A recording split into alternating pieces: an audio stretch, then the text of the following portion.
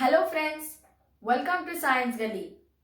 In this video, we are going to learn how to calculate the equivalent resistance of resistors connected in series. When two or more resistors are connected together end to end in a single branch, they are said to be connected in a series. Here you can see the current I flowing through the first resistor has no other option than flowing through the second resistor and then the third resistor. Thus we can say that the resistors in series have a common current flowing through them. Let's see how to calculate the equivalent resistance of resistors connected in series. Imagine all the three resistors connected in series are replaced by a single value of equivalent resistance.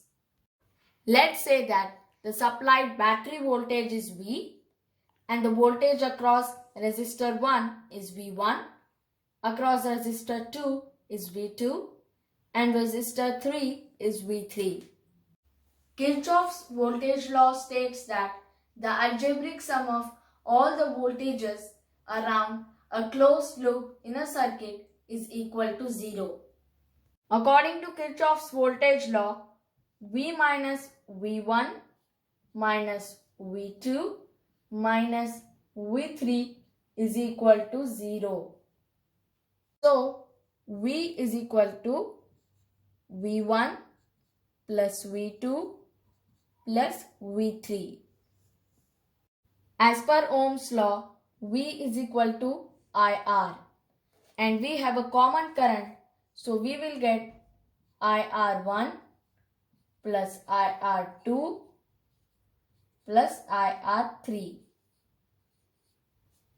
This R is our equivalent resistance.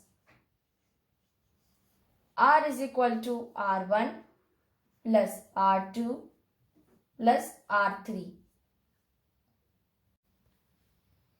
The equivalent resistance of a series circuit is the sum of all individual resistances.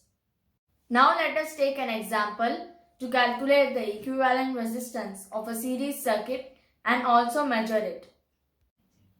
The requirements are 3 resistors. For a power source, I am using a battery and multimeter to measure the voltage and resistance. Let's measure the individual resistances. For that, set the multimeter to 20k ohm. Now let's start measuring the first resistor. It is 0.21k ohm. The second one is also 0.21k ohm. And the third one, it is also 0.21k ohm. Now let's connect the resistors in series one after another.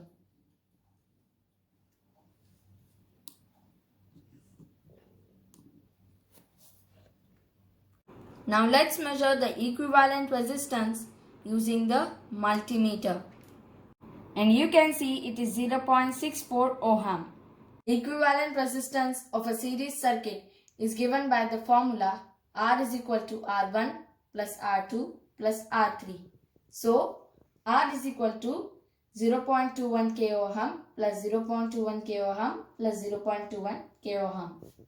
So, R is finally is equal to 0.63k ohm. From the measurement by the multimeter, we have got it as 0.64k ohm.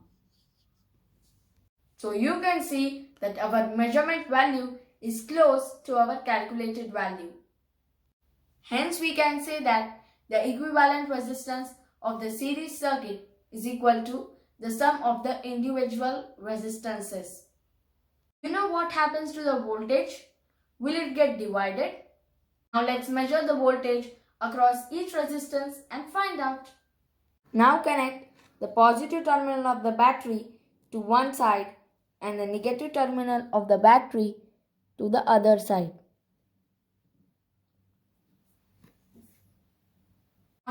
To measure the voltage across all the three resistors, change the multimeter setting to 20 volts. Now let's measure the total voltage across all the three resistors.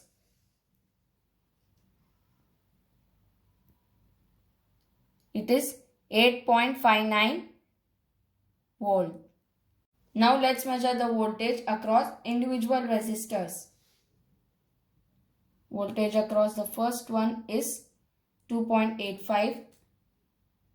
Second one is 2.85 volts. And the third one is also 2.85 volts.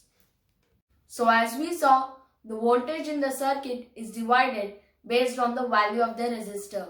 The total voltage V got divided into 3 volts with the value of 2.85 volt each.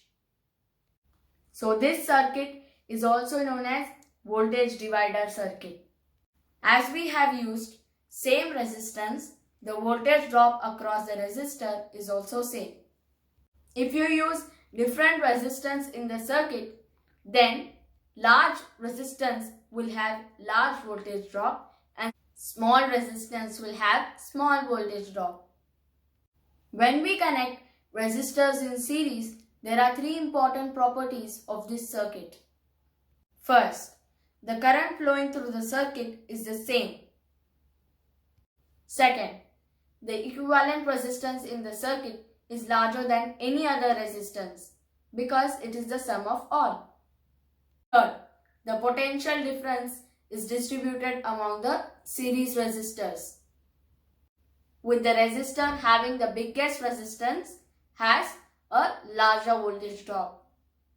Thank you for watching Science Gully. I'll be back with new videos soon. Till then, bye-bye.